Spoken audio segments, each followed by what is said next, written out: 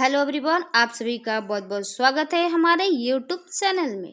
तो dear student, आज हम पढ़ने वाले हैं क्लास 9th का जो है साइंस है, अध्याय जो है 2 है।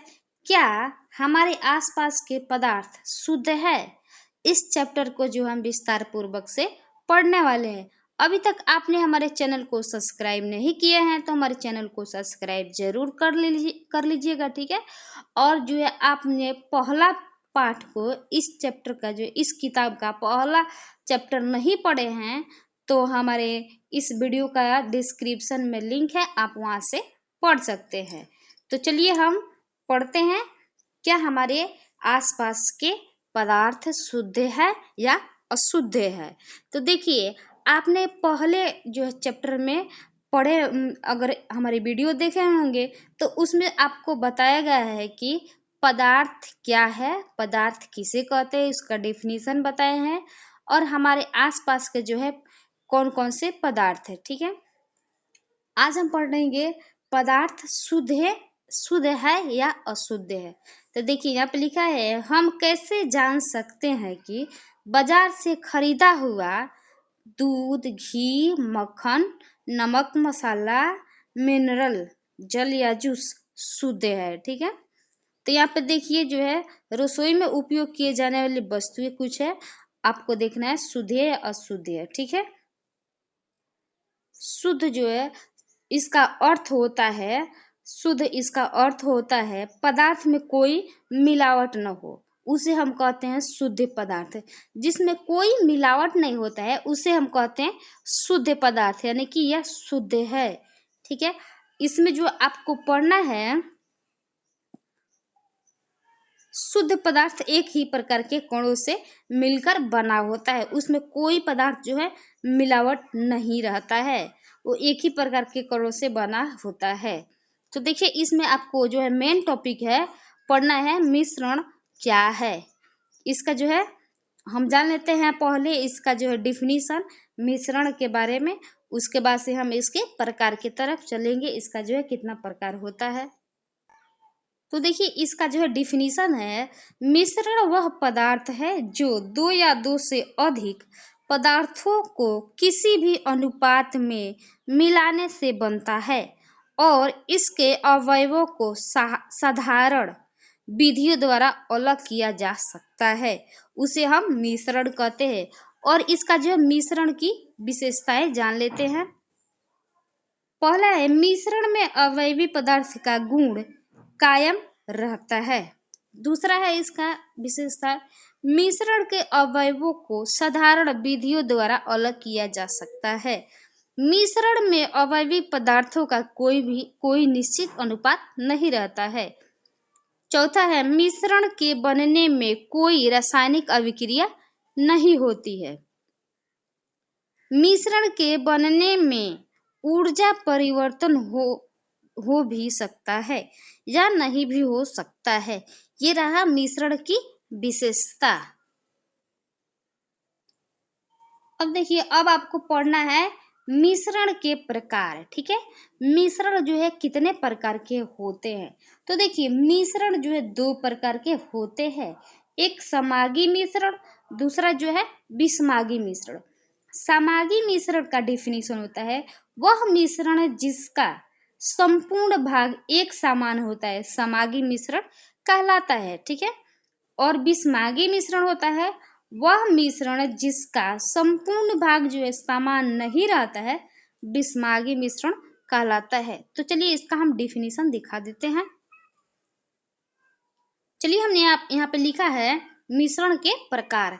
मिश्रण जो दो प्रकार के होते हैं, समागी मिश्रण और विषमागी मिश्रण, ठीक है। समागी मिश्रण किसे कहते हैं? इसका डेफिनेशन जो है, वह मिश्रण जिसका संपूर्ण भाग एक समान रहता है, समागी मिश्रण कहलाता है।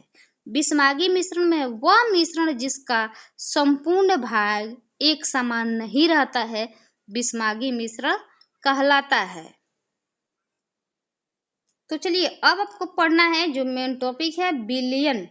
विलयन क्या है, ठीक है। इसका जो है परिभाषा देख लेते हैं, विलयन क्या है।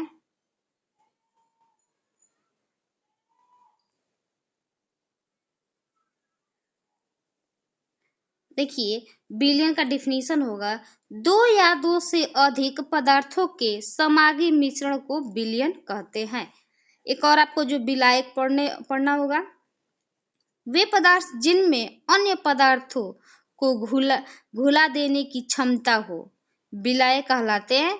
दूसरे शब्दों में आप कह सकते हैं, दूसरा जो डेफिनेशन है, किसी बिलियन में जो अवयवों अपेक्षाकृत अधिक मात्रा में जो है उपस्थित रहते हैं विलायक कहलाते हैं।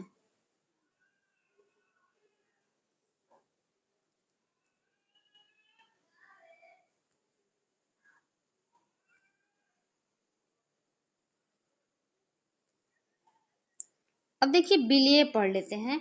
वे पदार्थ जो किसी विलायक में घुलकर विलयन बनते हैं विलेय कहलाते हैं। दूसरे शब्द में जो है, किसी विलयन में जो अवयवों अपेक्षाकृत कम मात्रा में उपस्थित रहते हैं विलेय कहलाते हैं। जैसे मान लीजिए विलेय प्लस विलायक बराबर हो गया विलयन।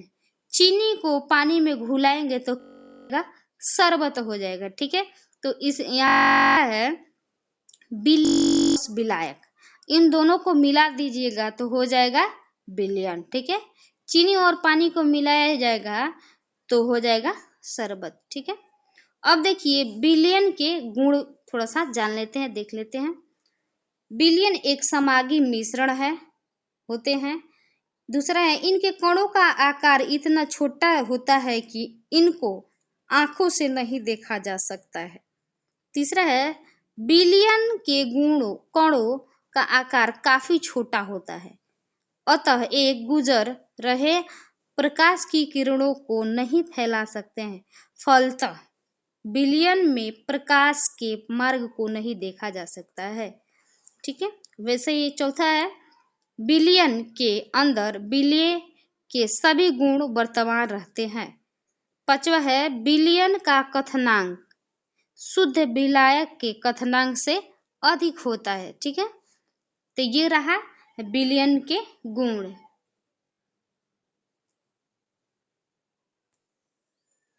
अब आपको पढ़ना है बिलियन की सांद्रता।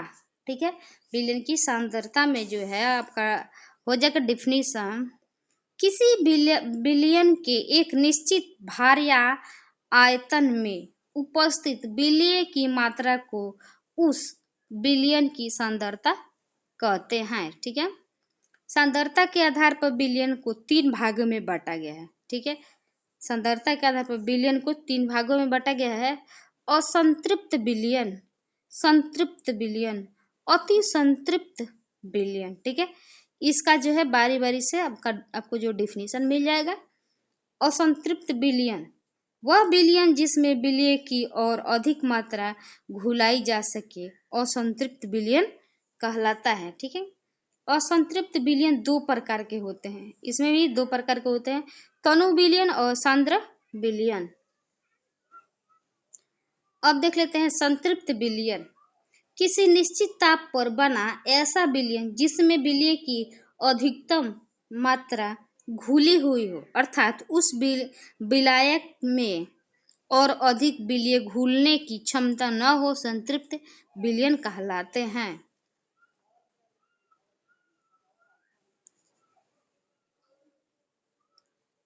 तो चलिए आगे देखते हैं।